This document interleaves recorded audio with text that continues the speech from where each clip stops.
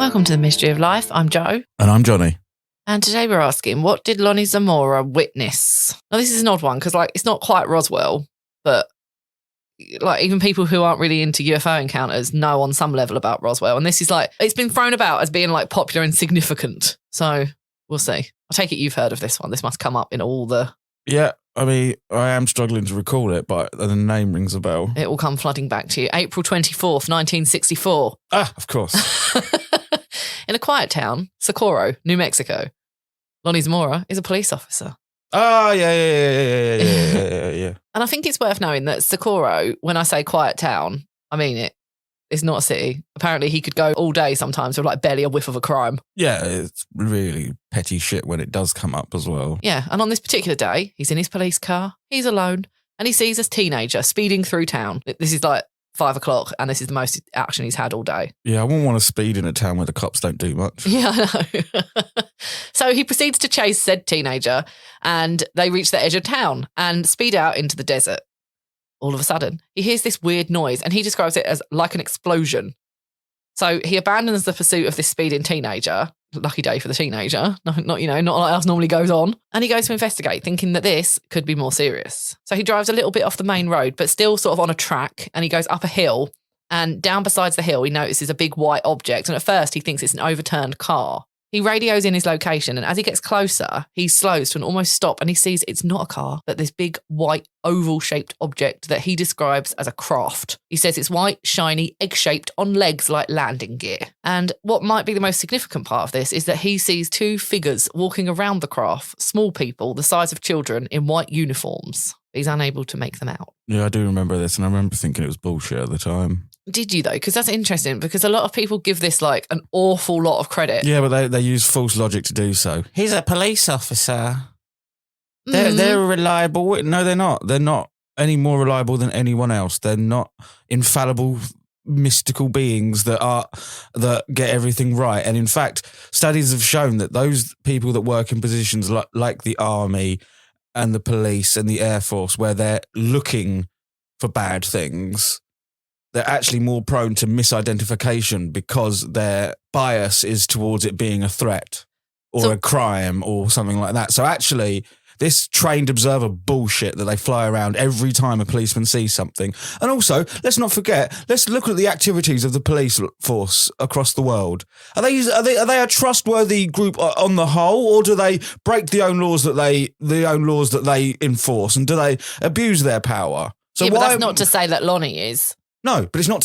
But you cannot use that he's a policeman as any kind of he's a better witness. He's a better human. I'm not sure it's just that he's a policeman. Although I do agree that it does come up time and time again, not just in relation to this one, that when a police officer or someone in some sort of level of authority, yeah, and I do agree that they are more likely to be looking for danger. But what do you think he's misidentified then? If he's seeing this oval-shaped, egg-shaped craft, what is that I'm saying, why am I believing him?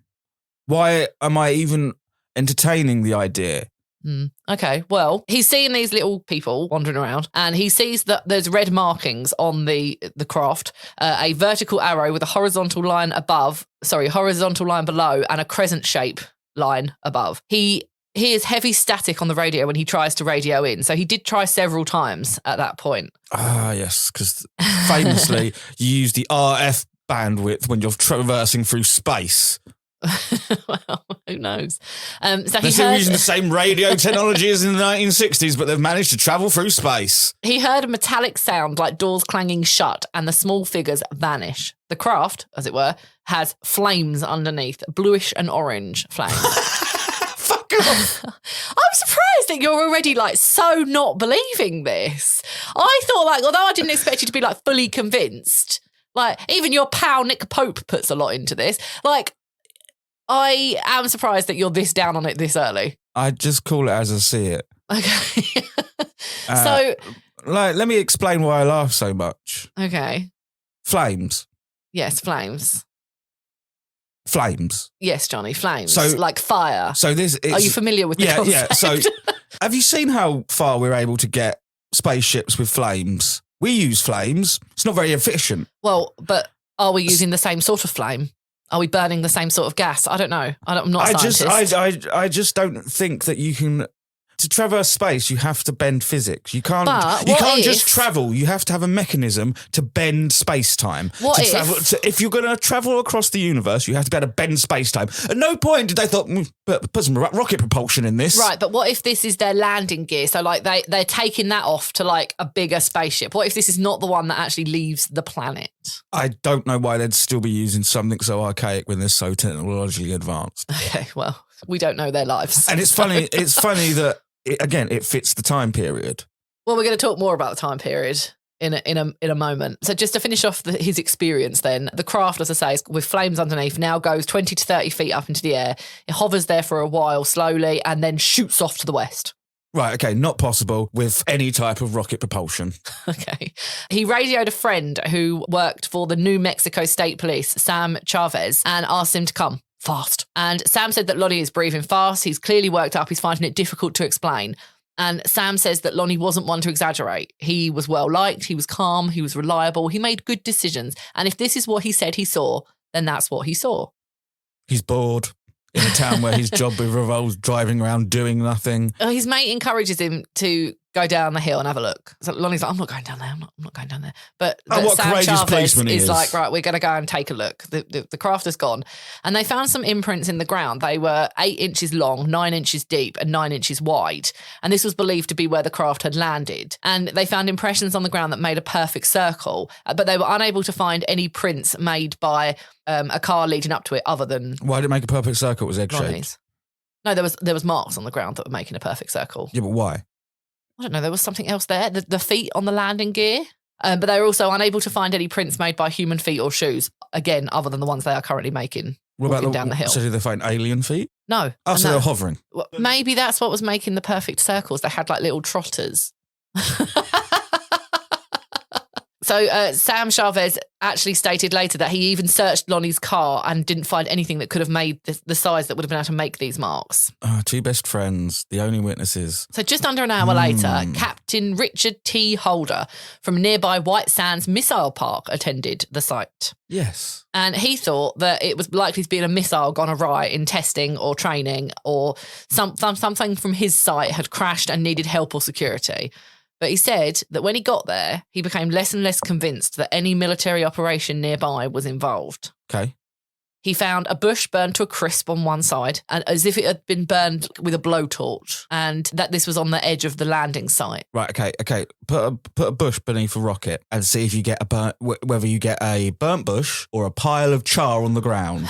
But this was the edge, remember? So I don't know. Well, there was broken branches, smouldering grass and brush, and imprints in the ground, which we, of course, knew about. There was also, he says, fused sand, which is when sand is exposed to high temperature and essentially starts to turn to glass. So now this is what excites people the most about this, because, and this is actually something that Nick Pope said in a documentary on the subject, that unlike a lot of the time where you've just got a story and you have to decide whether or not you believe that person's story, what makes this one more credible is that you have actual tangible things to touch and to look at. Now, what you make of that is not necessarily going to say that it's I'd argue aliens. that the general is not qualified enough to say that the sand has been turned to glass. He can say it's been heated, but he cannot say it's been turned to glass at a glance. I don't think he's anywhere near. And again, the forces involved to do that. Well, he shuts down the site. Well, yeah, because do you know what the only other thing I can think of that turns glass to sand? Yeah. A nuclear explosion. Sand to glass, sorry. So, of course, he's going to shut it down just in case there's radioactivity there. Well, a crowd has gathered, as you might imagine. Oh, that's exactly what you want around a potential radioactive site. So they set up a perimeter. And everyone thinks this is suspicious when it's just for their own safety. Well, State Trooper Ted Jordan was taking pictures, and they actually took his camera and promised to develop the pictures and send them back to him, which they never did. Yeah, they lied to him. And when he rang and said, can I have my pictures? They said the film had been ruined by radiation, which was an interesting choice other than we've just lost it or something. Yeah, but what you're doing there is believing them. When they said, we'll develop this for you, they were lying. And when they said it's been destroyed, they meant we destroyed it. Yeah, but if he's making this all up, why are they covering? What are they? So now you think they're covering something up? Not necessarily. I just think that's how governments work. Okay. You've got a guy around there taking photos of military staff, military operations. There may be something classified involved, like a weather balloon or some sort of experiment gone wrong. You're not going to want some state trooper taking pictures there. And it's well within their rights. Well, they set up a search at the area, like a grid search. And the captain guy said that he believed Zamora. He said he never believed that Zamora had made it up and that Zamora seemed mystified and confused by what had happened. Now, someone at a nearby cafe said that they had seen a white oval-shaped object fly overhead nearby, so they're not very far away, they're literally up the road. And someone else remarked on it from a gas station nearby and said that they had seen something with strange red markings on the side. And when the person in the gas station said, oh, we get a lot of helicopters in the area, he said, well, that's a funny looking helicopter. Right. Just saying. Now, it does sort of tie in with the direction that Lonnie said it was going. And the person that saw it said they didn't think to report it because they could see a cop car chasing it, which of course was Lonnie. Even though he wasn't technically chasing the craft, he was going in the direction of the craft. So, don't know what to make of that. But other people have seen it. So does that make it more or less believable? It makes it more believable that there was actually something physical there, but it doesn't make it any more believable that it is an alien spacecraft. Most of these are because the government doesn't want you to know about what they've been doing. And especially when they fuck up. Like, he may have been like, oh, it might have been one of our things gone awry. And then he realised, oh, fuck, like, this was a really serious thing that should not have happened. He's like, no. But why do they go to so much work to potentially cover up aliens if... They're not. They're covering then this time they're like, oh, it might have been an alien, just to... It serves the government's purpose to provide misinformation.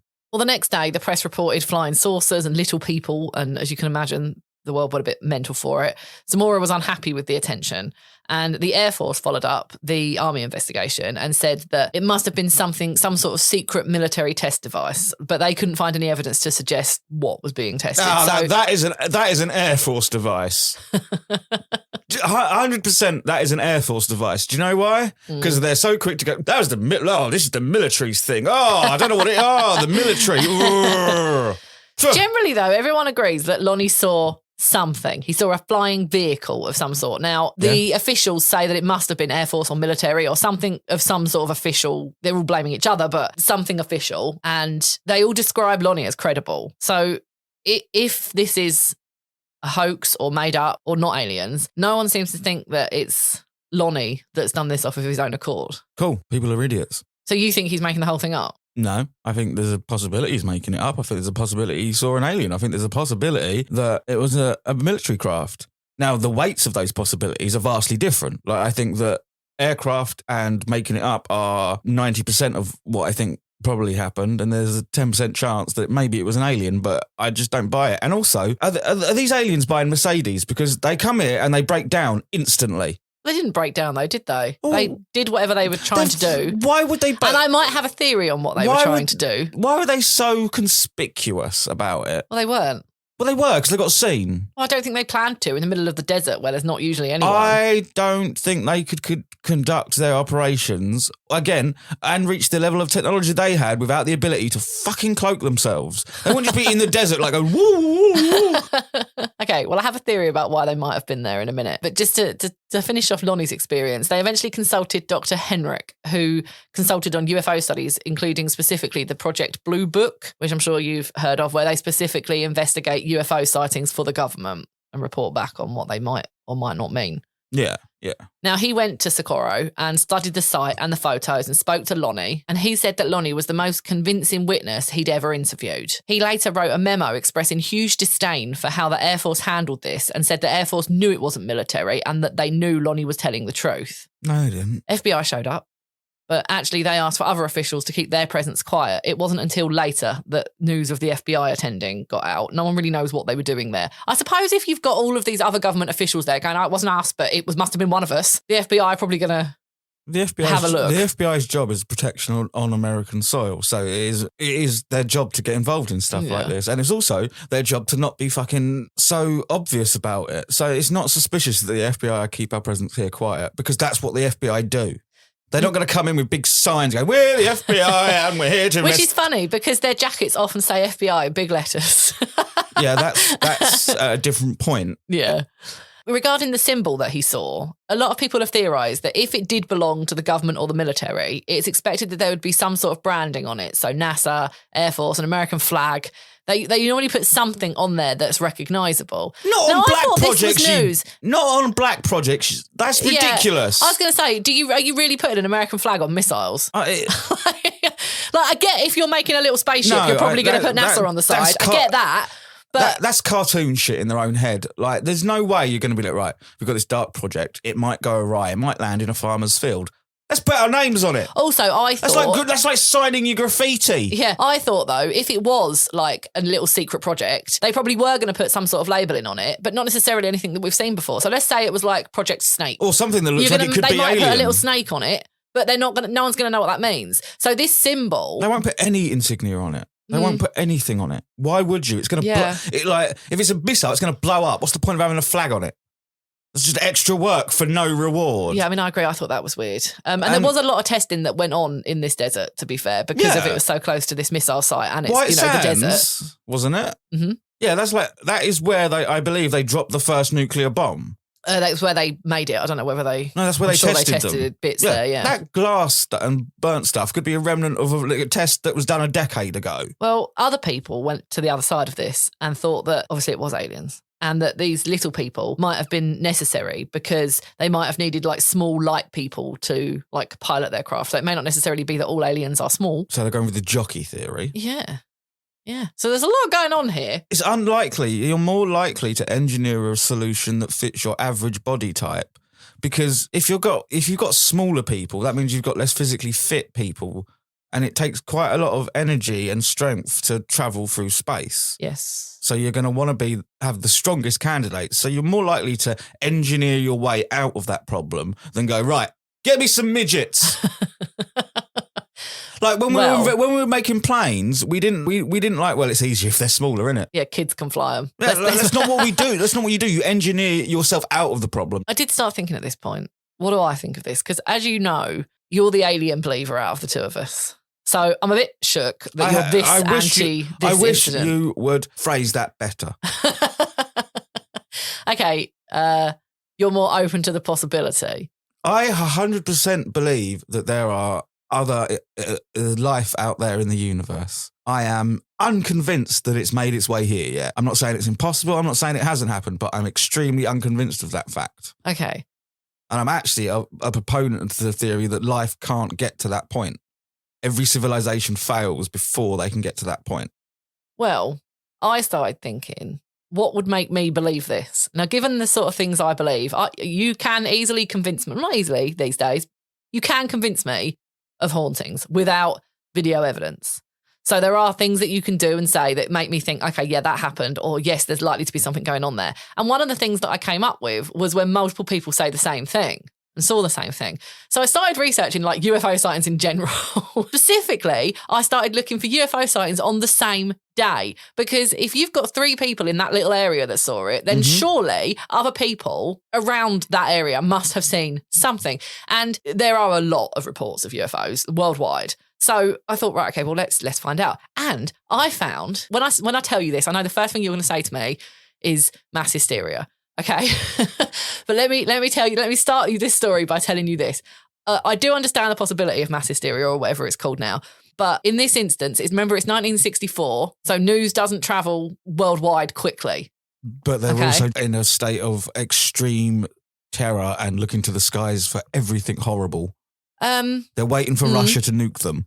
And so like they're going to bed thinking they may be dead the next day. Well, that's the state of mind of America in 1960s. But this is an interesting story. So, So on the same day, I found another report of a craft which sounded very similar to Lonnie's description.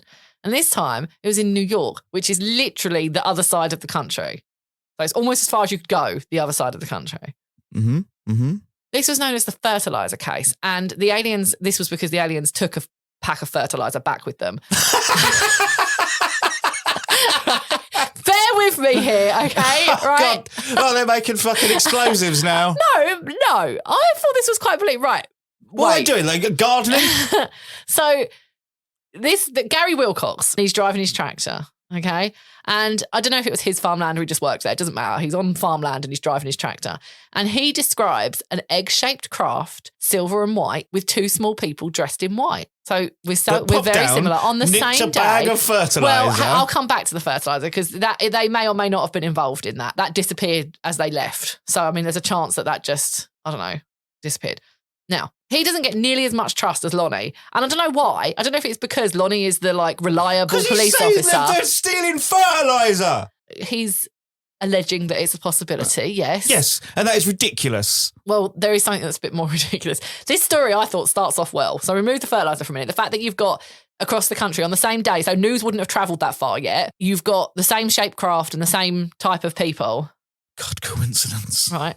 It's a bit of a coincidence given that it's an alien spaceship. Not in the 1960s, it's not. Now, and it's not a surprise that they give the same description because there was probably a film at the time with an egg-shaped fucking alien craft. Well, the level of police and military involved was like non-existent in this one. They just didn't really seem to care about Gary's incident, which is odd because they really cared about Lonnie's. Yeah, but one happened near a high-security military base, one happened not near a high-security military base. Now, Gary's was mostly regarded as a hoax or otherwise not real, but the craft and aliens did sound the same, but there was no mention of the red logo, and some say that this meant it was more genuine because if he was trying to deliberately make it sound like Lonnie's, he would have mentioned the red logo. Also, if he was wrong, he wouldn't mention the red logo, so... Some say that this also is more genuine because of what they might have been doing. So apparently he saw them with like... Now, don't laugh when I say this because this is just the way that it was described, okay? But you have to like picture it in your head, all right? So you got your two little alien buddies, right? Mm-hmm, and they come running around the corner. He's on his tractor. Right? As I say this, I realise how ridiculous it is. Right. But they come round the corner, okay? And they've got little trays. And they've got soil and leaves. Now, if you were going to go to an alien country, wouldn't you take soil samples? That does make sense to me. Not on a tray. That's what you do when you're in like primary school and you go to the wilderness area. Like, oh, I've got a bug, miss. Yeah, but remember, like, aliens are alien to us. Like, the way they live might be very different from us. But they still use a tray. Like, they've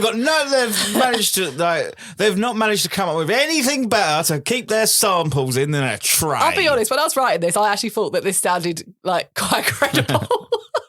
Until this point, I'm about to tell you the next thing, which is where I lost my faith. But up until this point, I thought this sounded quite credible. And as I'm telling you, I realised how bananas it sounds. It's my look of judgment that's doing it. Yeah, but don't you think though that you were going to taking samples would make sense, and also taking samples from multiple places on the planet at the same time would make sense. If you're going to Why would you have to land to do that? I don't know, maybe they haven't invented a Mars rover. Again, they've traversed space and yet they still can't... Like, we can analyse the chemical makeup of stuff across the galaxy. Yeah, but they think differently from us. It's like that thing about if you speak to a lion, you still wouldn't understand him. Even if a lion could speak perfect English, you still wouldn't understand him. And that's saying that his life is so different from yours. The understanding would just be too different, even though he's speaking the same language. Yeah, so I think that could be true for aliens. Yeah, but I don't think that it's going to lead to behaviour that's beneath them. I don't think they're going to be out there with trays. I feel like they'd be more advanced than that. But it does make sense to send landing parties down to gather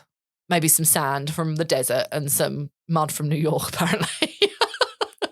Loosely, but... You do have to think that they have had to reach a technological point that we can't even imagine. Also, this is on the same day, remember? So? Okay. All right. Well, okay. This was the point where I lost my belief in this story. But I'm not sure why, because why is what I'm about to say any more crazy than any of the rest of this? He says, Gary, that he spent the next 2 hours talking to the aliens about farming and then they left. And he said it was a bizarre and blurry time, that their voices didn't sound like any voice he could describe, although he could understand them completely. He wasn't sure they were speaking English. Sounds like Gary was drunk. Apparently they had a lot of questions about what he was doing in his tractor and the ground. Yeah, I think they could work that out. Apparently they ran up to him and said, don't be alarmed, we have spoken to people before. They're not going to send out a fucking crew to survey farmers and ask them how they farm. Like, because let's be real, right? These are hyper-intelligent beings. You don't think they can look but their intelligence still may be different from ours. Yeah, but you don't think they can deduce what a farmer is doing. You don't think their society has survived through the same ways that ours has? Like not necessarily, no. Of course it has. They needed food en masse. How do you get food en masse? You farm Maybe it. they eat like, I don't know, sand. I don't know why they'd be collecting it from the desert. But you see, like, it just could be completely different from us. We just don't know what type of being this is. You're basing this on the idea that they're human. No, I'm not. I'm basing this on the idea that they're made up. they're not going to come up and have a casual conversation with you, because most times, if they tried that, most times people would fucking shit their pants and run off, and they'd be like, you know what? I don't think this is the tactic, because every time we go up and say hello, they shit themselves because we look so different to everyone. So maybe they thought, well, this one's willing to talk to us, so let's get the most out of this experience that we can. They just wouldn't do it. I think you're misjudging the aliens. You don't know their life. I just feel like they'd go to right, so they could go to the Department of Agriculture. Yeah, well, there'd probably be a government agent who shoot them down. But they probably didn't plan to talk to Gary. It was just Gary opportunist. is the best source of knowledge on the planet regarding farming. Maybe they didn't know the Department of Agriculture existed, or they would have written them a letter and asked for an appointment. I would have felt you do more observing before you do touchy. Maybe it was just an opportunist, though. Maybe it was just like... Maybe the guy was fucked up on drugs. Okay, so you're not putting a lot into Gary then? No, his story is ridiculous. Doesn't help support Lonnie. If anything, it discredits Lonnie more, because it's just another bonkers story about an egg. And I guarantee you that if I had enough time and inclination, that's very important, I could find you a film of around the same period that has aliens in it and a spacecraft that look almost identical to the descriptions given by both Lonnie and that guy. But let's remember that, in fairness to Lonnie, he's not saying that this is related to his case. I am. No, but I'm not the only one, to be fair. I'm saying that the fact that they both come up with the same alien, that discredits them both. I'm saying that pop culture's influence on them has caused this. There's no thought or reason for what people see. So it's egg-shaped. Why is it egg-shaped? That's or cylindrical. That's a really inefficient shape to use as a living quarters in a spacecraft. That's what we think. No, that's what maths thinks. Maybe they sleep in a C shape. No.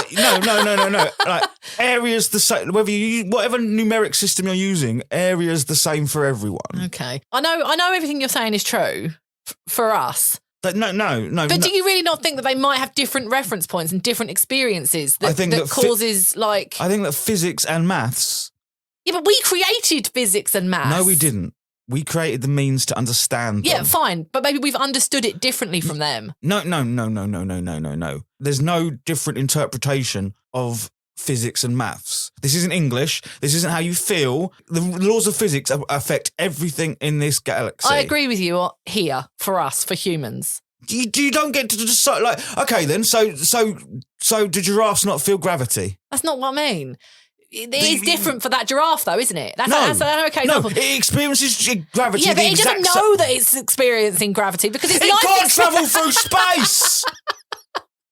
It could if you put it in a spaceship. You've got to get through certain technological... A monkey went to space. Because we put him in a thing, not that they built the spacecraft. Yeah, but you need to get past certain technological barriers to be a spacefaring populace. I'm not sure. And one of those is a certain level of intelligence and technological understanding. So that is why maths and physics will be the only thing that we have in common with aliens, because they are not editable. You can't you can't interpret them. You can't go, well, I think gravity actually. Well, I think we're going to have to agree to disagree on that one, because... I'll agree to be right and you'll agree to be bonkers, because you're saying that because they're aliens, they experience gravity different. No, they don't. Because maybe they don't... Maybe...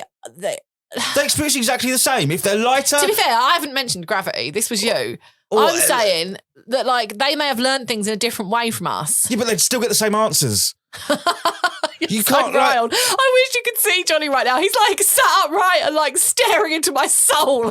Because it's maths. Maths is universal. It's understood that maths is universal. Well, most people that think it was a hoax, and that's not to say that a lot of people think it's credible, but the people that do think it's a hoax, most of them still say that they believe Lonnie. So they think that if it was a hoax, he has fallen foul to the hoax rather than him being the one that made it up. That's because they want to be nice. I don't care about being nice to Lonnie. I don't believe him. Prove it. You can't just be a nice... But he didn't want to prove it. He didn't really want any part of this. He was a police officer. He reported what he saw and he wanted to get on with his life. Unfortunately, that wasn't the case. Did he, though? Yeah. Why? He turned down offers to do media and stuff, and he wanted to try and live his life. He got to the point where people would keep asking him questions as a police officer, and he actually quit his job and managed a gas station to get away from it all. He hated it. I'm not saying he did do it. I'm saying all this is a story, and people need to stop putting stock into what people tell them. Well, a lot of people think that he's genuine, even if this wasn't. Now, Good for them. UFO skeptic Stuart Campbell, and I have to say, that did lead me to wonder, how do you get that title? Because you could be like paranormal skeptic. Is he a British? Johnny. Is he a British skeptic? I don't know his nationality. I was reading it, not listening to it. Because there's a few people that they spend their entire lives debunking this shit. That is a title, UFO skeptic. Do you reckon he has that on his business cards? No, I reckon he does something else and is called on to be a UFO skeptic.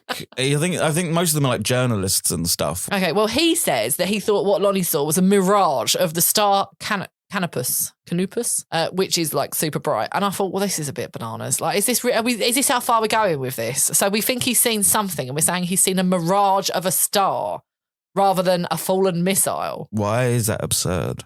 Why isn't that absurd? It's possible to... It's possible. It was aliens. Yeah. But he's provided just as much evidence as the other guy, but you believe the other guy more just because... Why? Because everyone believes Lonnie. He's like this cute little old man now. So? Oh, actually, he died in 2009. Oh, good. I can't insult him then. Doesn't, like, cute old men, like we said like a few weeks ago, like that old man that got arrested for being a murderer. I'm sure he was a cute old man. Doesn't mean he didn't do horrible... Lots of people do very well pretending to be good people. How many times do you hear, yep, I can't believe he wasn't a murderer? Or how many times do you hear, I can't believe it, he was such a good person, he was a pillar of the community? Yeah, I do. We do get that a lot, don't we? Like, I can't believe it. And yet, really. I tell you what, though, there are some people where I couldn't believe it. You're taking stuff on face value the way it should be. So policemen should be trustworthy. They're not.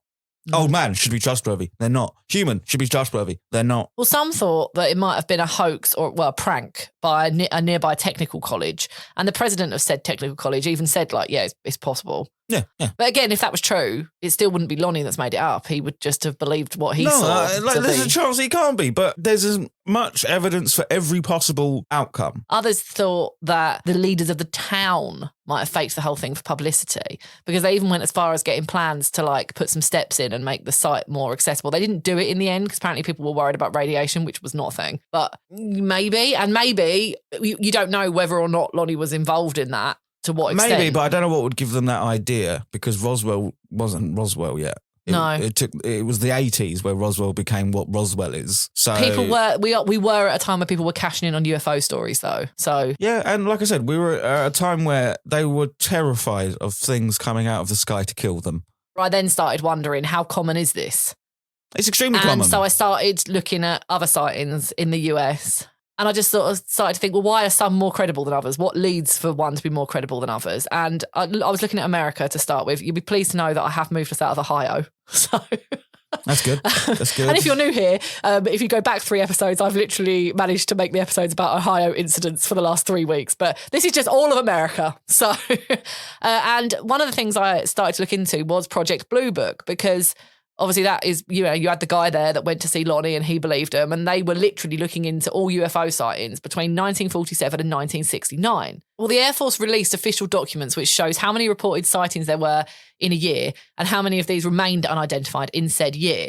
And I found the numbers quite surprising. I'll link to this on the blog, but I'm now going to give Johnny a document which he saw me print and immediately said, that can't be real, even though he didn't get to read any of it. Here you are. It's 3 pages, so not the whole thing, but it's 3 pages that were published, yes, by the government, from Project Blue Book. And it lists every year between 1947 and 1969, the total number of sightings in America, and they were all investigated, and the total number that remained unidentified following investigation. Now, 1947 was Roswell. That was the year of Roswell. Interestingly, that's when this started. Do you reckon that's why this started? So in 1947, there was 122 sightings. I expected that to be really, really high because Roswell's just happened, and I thought like everyone would have been really like on edge about the whole thing. Of those 122, only 12 remained unidentified.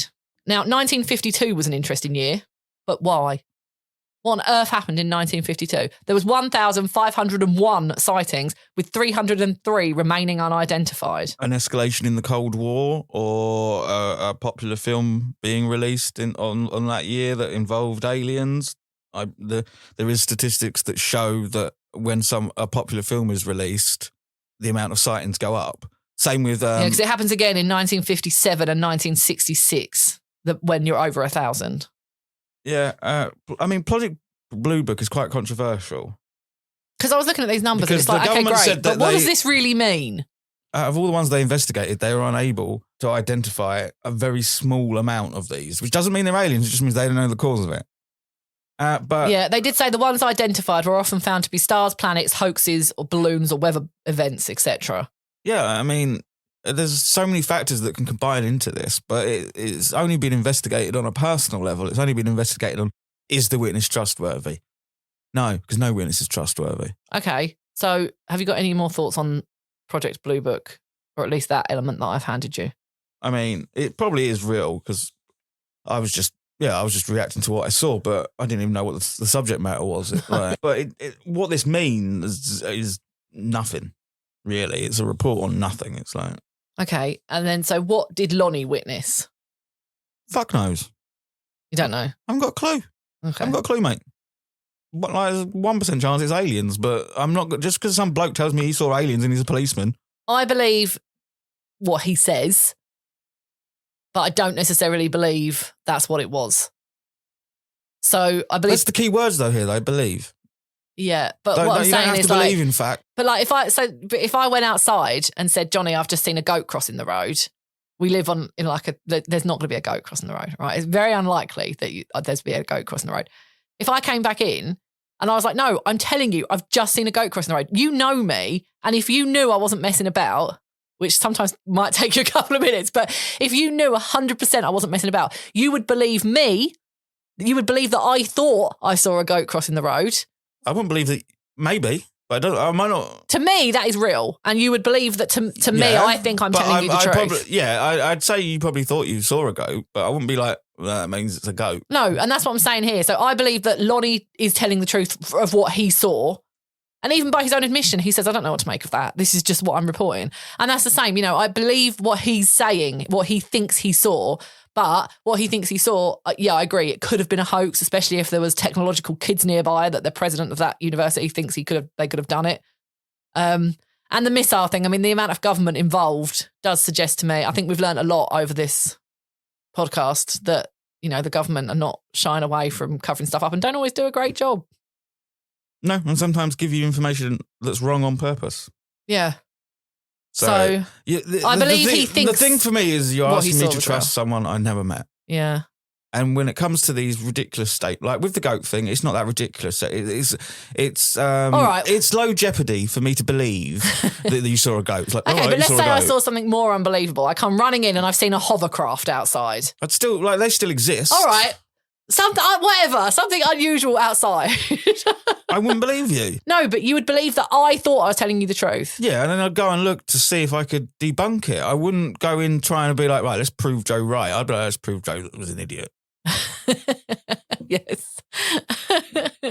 No, you did not see a goat driving a hovercraft. Mystery news. A hitchhiking ghost is tormenting the UK. Right. You never know what you're going to get with these, do you? I mean, how's it tormenting? Well, yeah, I thought that was an odd use of words. Is it tormenting or what ghosts actually do? Slightly bothering. Slightly bothering, I think. Okay. Or mystifying, even. Or just being a dick. Not even that. So we discussed stories similar to these in the Lake Lanier episode. You remember how I think like a lot of towns have the story. Oh, it's a massively common trope, the hitchhiking ghost that you get in your car, seems fine, then disappears as you drive down the road. Almost like a bit of an urban legend, like... Oh, totally. So now the UK's got one of its own. And this, maybe I'm just missing a trick here because this is the first time I've really heard of like a fully fledged urban legend of a hitchhiking ghost man in the UK. But Dr. Gandhi recently spoke at a university in the UK. Doctor of what? Oh, do you know?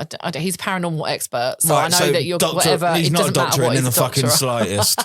Not a doctor in the He may have a PhD in something. No. Do you know? He's like Doc Antle from. Oh God, Tiger King. Yeah, like he's just giving himself that fucking title. We don't know that about him.